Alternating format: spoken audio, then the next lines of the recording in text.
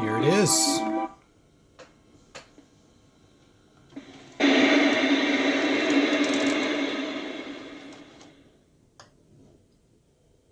Then, without further ado, the Panasonic PV-1335. Another VCR I've picked up, and this is the reason the Sylvania top loader isn't finished yet.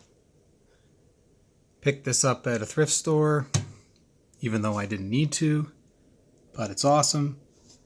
And I had to steal the idler tire that I ordered for the Sylvania for this to work. I don't know if you can see it on the camera here. This is rock hard. Like scaly rock hard. So I stole the one from the Sylvania, since this is basically, well, not the same VCR, but very, very similar. Inside you can tell that this is just a top loader, and they added the front loading mechanism to it. Very similar controls: eject, power, VCR TV, fast forward, stop, rewind, pause, play. This does have double speed play, slow motion or frame advance depending on where you start from. Record, you need to hit play and record at the same time. Standby, I'm not sure what that is yet. One touch record, although it does have the electronic selection. It's a channel up and down button instead of separate push buttons for each channel. You have the front display. It's a little washed out. The display is not in the best of shape. You can see at the top of the tape-in indicator. If I go and change the speed here, you can see the indicator there. And you have counter, timer, program set, memory, and then your clock set, and up down. Again, this is for setting your timer or clock, whatever. And this one has 2 additional presets from your VHF presets, and I believe this one actually has cable TV as well. Yep. If I can get this to focus here. VHF high, VHF secondary, plus cable TV. So this will tune in cable TV, which is the older or lower cable channels, 14 to I think something in the 20s. Those sat right beside the VHF high band. So it went 13, then a couple cable channels, then a break, then some more cable channels. Similar to how VHF low, so channel 6, butted up right against the bottom of the FM frequency. So if you ever had a channel 6 broadcast in your town, which we did, you could pick it up by tuning your FM radio all the way to the bottom. And I remember we used to always be able to get channel 6, which is CBC, on FM radios here. Anyway, off that tangent, because analog TV is no more. It does have a wireless remote. Unfortunately, I don't have one. I've been kind of Googling to see what remote would have matched this and been period correct, and I can't really find a good answer. This remote here I think is the right one, and I've thought about buying it, but yeah, I haven't pulled the trigger. It's got a nice window on top. You can see inside. It's pretty scuffed up. You can see the idler tire that I replaced there. The brakes are in good condition. And like magic, it's undressed. Take a look inside. Standard 2-head.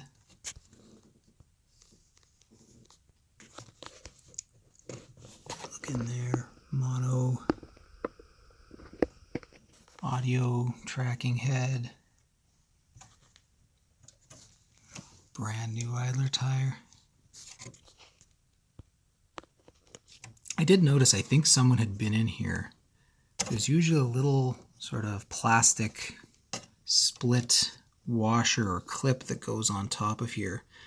and that was missing. It doesn't seem to affect it as long as I keep it pushed down, but I imagine long term that could start to cause some problems. But I don't know what this is called. I was able to find the sort of C-clips or E-clips that they call them, like this one here. I'm able to find those, but those are designed to go in a little groove on the shaft. This shaft doesn't really have, maybe it does. Yeah, I think it does have a groove. Okay, well, I might order a replacement set and see if I can find the one that'll work with that. The other belts seem okay. It's just the tire. Now this mechanism sitting on top of here, it all comes off with a couple of screws. This whole piece just bolts on top, including the little switch and everything here. All of this comes off, and then it exposes a top-loading VCR. Very similar to the Sylvania that I have, but much simpler. I'll show you getting to the bottom of this to access the belts and everything underneath is much easier than the Sylvania was. Now I'll get right to the problem, because this does have a problem, because it's almost 25 years old. So I'll pop in a tape that's recorded in SLP.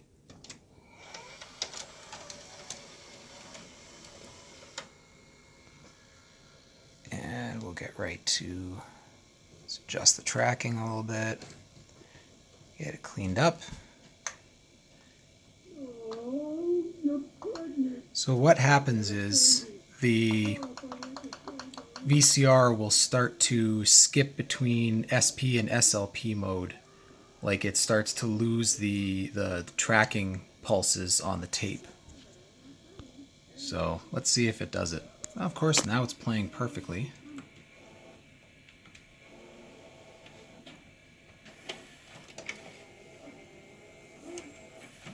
Yeah.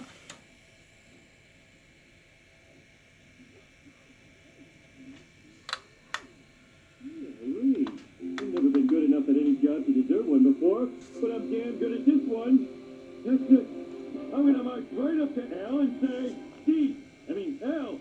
I think I deserve a Seems to be working just fine now. Interesting. Well, we'll do pause. We can do frame advance. Hit play again. So hitting play with pause, you're at 2 times speed. And this does have slow tracking, although it doesn't seem to do much. So I'm not sure what that's for. Hit play again. So now we're in slow mode. If I adjust the tracking, oh yeah, there we go.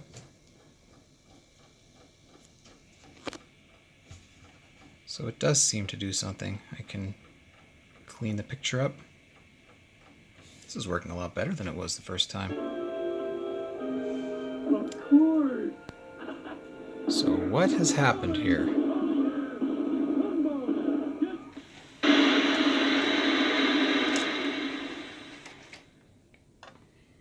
Well, I was going to talk in this video similar to that RCA VCR I had, talking about how it has trouble with SLP tapes, and it's having no problem at all.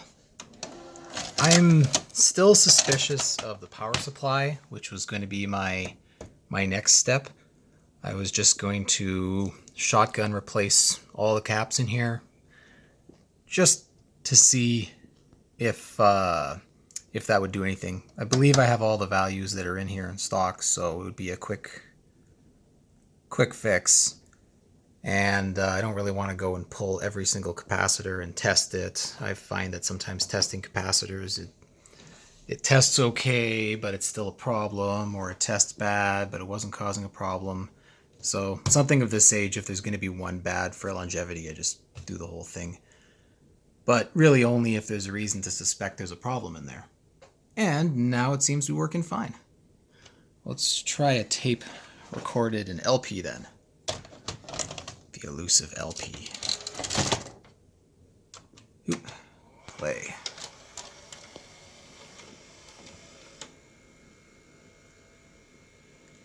Yeah. Seems to be working fine. Let's try tracking.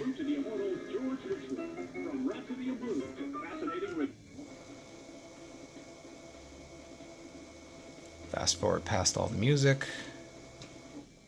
Women coping with a world they never planned to be part of. There seems to be a lot of noise on the picture, on the camera. It's not really present in real life. Like if I'm looking at the screen here, if I clean up the tracking, it actually looks a lot better in person. I don't know if this noise is just one of the lights in here. It's a little better.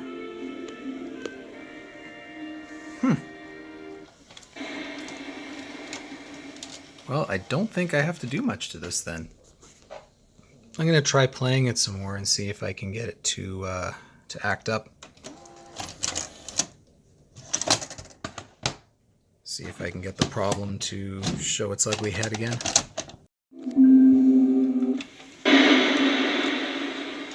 Well, that worked just fine. I'm going to keep my eye on you, see if this problem comes back. In the meantime, let's try out an SP tape. The Bodyguard. What? What? Why would someone tape this shut? Okay, screw it. We're not watching The Bodyguard. We're watching Guarding Tess. Yeah, one-handed.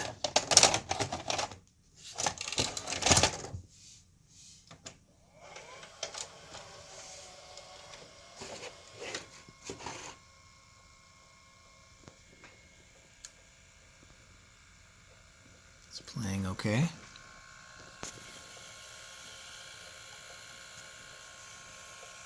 Keeping good tension.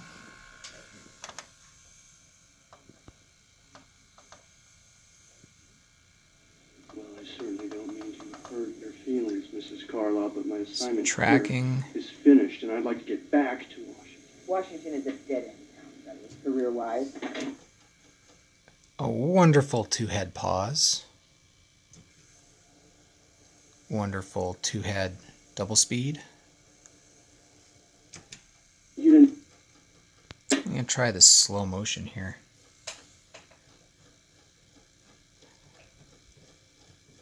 Well, I guess because no matter what, you're going to get a lot of tracking noise. Slow tracking does nothing in SP mode.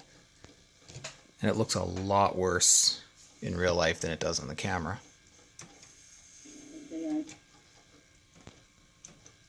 Some frame advance. Ma'am, you know very well. Fast forward. Fast forward actually looks pretty good. I think because this goes a lot faster than some of these older models, the tracking bars aren't as bad. Do a rewind.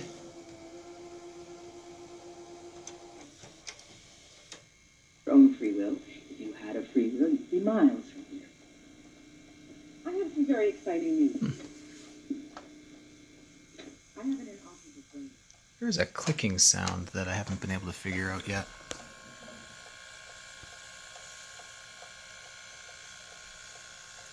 Maybe I'll take another look underneath there.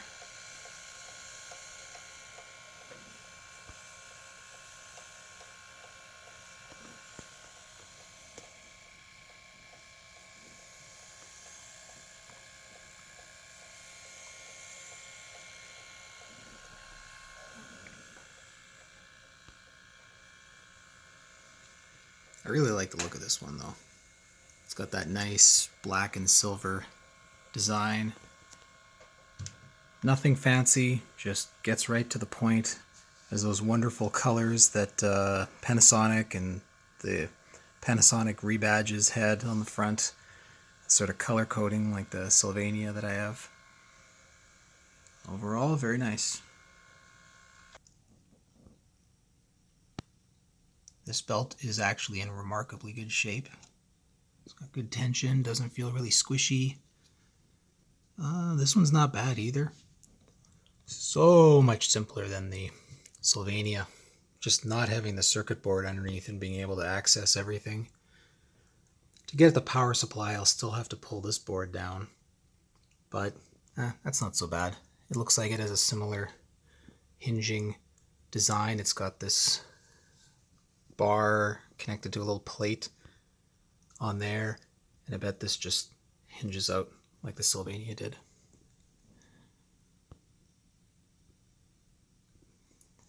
You can watch it in action.